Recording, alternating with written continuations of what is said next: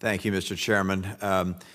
Some years ago, I was at the home of a man who would become president of Afghanistan, and people there were explaining to me their view as to why the Taliban had been so successful up until that point. And they said they have such a powerful message. And I said, what is that message? And they said, well, infidels are on Islamic land, and the infidels must be expelled. And I said, what is our message? And there was a long silence. And finally, one of the individuals said, well, our message is that before the Americans came, it used to take 4 hours to get to the nearest city outside of Kabul, and now it only takes an hour.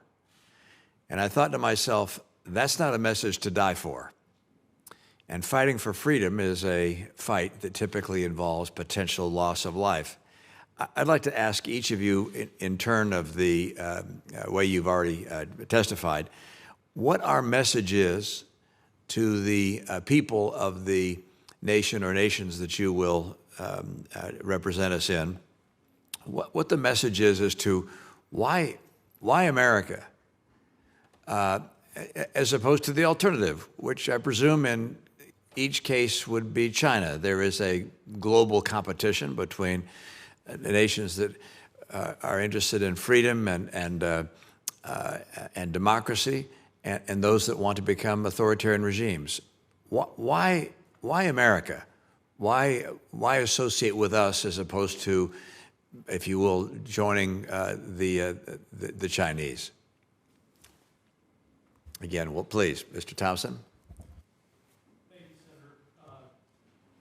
It confirmed, I think, the message that I've been looking forward to delivering in Nepal. America standing. Can you, yeah, your mic, sorry. Is that on? Okay, sorry about that. Yes, I would look forward to delivering a message that tells the people of Nepal that America standing with them is about their sovereignty, about their territorial integrity, and about their ability to make decisions for themselves about their future and the prosperity of their nation. And so I think that that will stand in very sharp contrast to a lot of the messaging they hear in the region. Thank you. Thank you. Very helpful.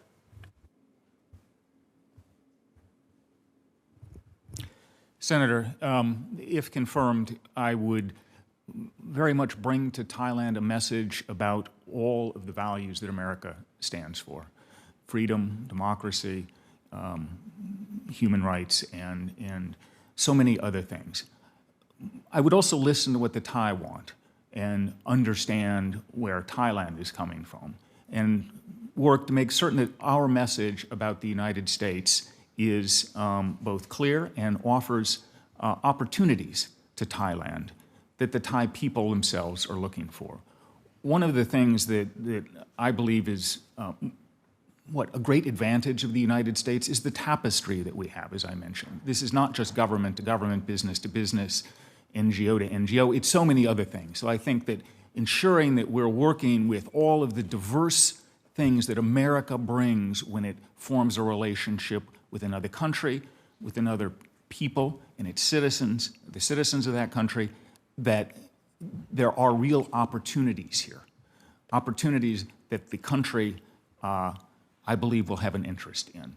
So I would very strongly seek both to bring a message about, again, our values, listen to the Thai, understand where they're coming from, and then at the same time support and bring assistance to all of the other parts of what we as Americans bring. And I think it stands, frankly, in contrast to what's offered by the PRC, which is a much more centrally directed, much more directive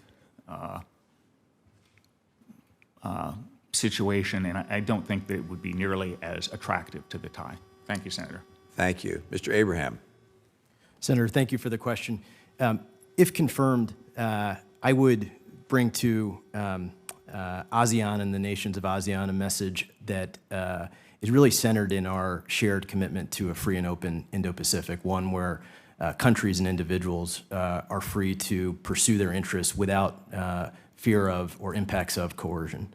I would bring a message of solidarity with their aspirations for sovereignty and territorial integrity. And importantly, in support of those aspirations, I would bring a message of durable longstanding and sustaining U.S. commitment to our relationship with both ASEAN and the nations of ASEAN. Thank you. Mr. Bongan. Thank you very much, Senator, for that. If I'm confirmed, I would tell the Mongolian people very simply that as a fellow democracy, we have to stand shoulder to shoulder with you. Democracies work. Your democratic system works.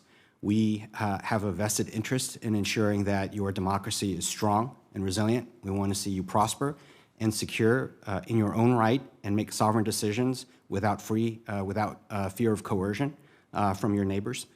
We want to help you build strong economic open market systems that allow you to make independent, sovereign decisions about your investment, about your prosperity, about the lives you want to lead. And I would simply tell them that we're your friend and partner. We are far away from each other, and in Mongolia and the United States couldn't be farther apart, but we're a lot closer than you think in terms of our shared values and our commitment to democratic institutions. Thank you. Thank you. Mr. Moore. Thank you, Senator. Our message to our Pacific Island neighbors is simple. As we were standing shoulder to shoulder 80 years ago, the United States remains committed to helping them sustain their sovereignty, maintain their territorial integrity, achieve sustainable economic development, and help them preserve their ability to make choices in the best interests of their people. We are their neighbor. We are their partner. That's our commitment. Thank you. Thank you. Mr. Chairman.